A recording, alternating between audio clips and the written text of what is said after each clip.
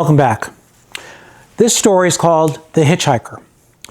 This is a story about my father.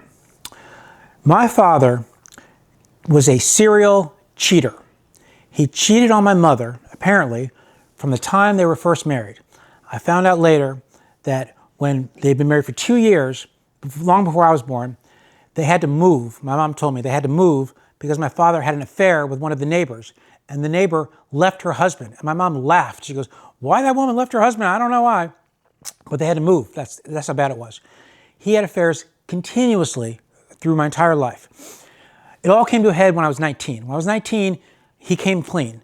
And my brother, my sister, and I all knew about the whole thing. My mom knew about it too. And I asked my mom, I'm like, "Mom, why'd you put up with this?" She goes, my mom was like really old school, like from the 50s, like Leave It to Beaver. She's like, "Well, I didn't want to be a divorced woman." That was it. She'd rather be married to this guy who's cheating on her than be divorced.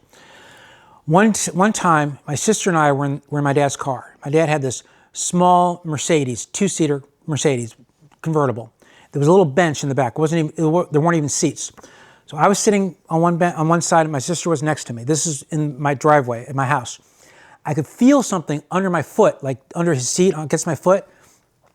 And I reached down and I pulled out a dirty, fuzzy pink slipper, bedroom slipper, which I knew did not belong to my mother. My mother never owned bedroom slippers, and certainly not these ugly pink ones.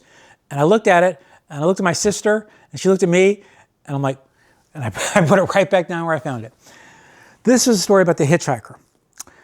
When I was 6 years old, my father sometimes would drive me to school. Usually I took a bus, but on certain occasions, my father was a lawyer. He had to be in court at 9 a.m. in the morning and happened to be driving past my school on his way to court. So sometimes I would ride with him. He would take me to school on the days that he had court. So I'm in the car with my father. We're driving, we go down Clayton Road and we turn on a McKnight, which is headed toward my school. And as soon as we pulled around on a McKnight Road, there was a girl, like I say probably 19-year-old girl. And this was in 1970. She was standing on the side of the road, hitchhiking. She had her thumb out like this. She was blonde, I remember very well. She had long blonde hair. She had a leather headband around her head. She was wearing a leather vest with fringe on it, very, very hippie-ish. And my father sees this girl, this young woman, and pulls over immediately and says to me, "Get in the back seat." I mean, really like that. Like, it wasn't even nice. "Get in the back seat," to me, because I was sitting in the front seat. So I got in the back seat. And this woman, this girl, gets in the car with us. And he drives me to my school. And while they're in the car, they're like talking, like really animated, conversation between this like 19-year-old woman and my father. I'm sitting in the back seat watching this whole thing. And we get to my school, and he lets her out, and then she goes on her way, and she does whatever she wants to do. And then he dropped me off at school.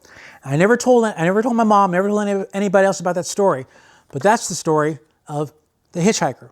No idea whatever happened to her or who she was, whether my dad knew her or not, don't know. But that's the story of the hitchhiker. Don't forget to read my book, Broccoli Time, by Dante, available now on Amazon Books.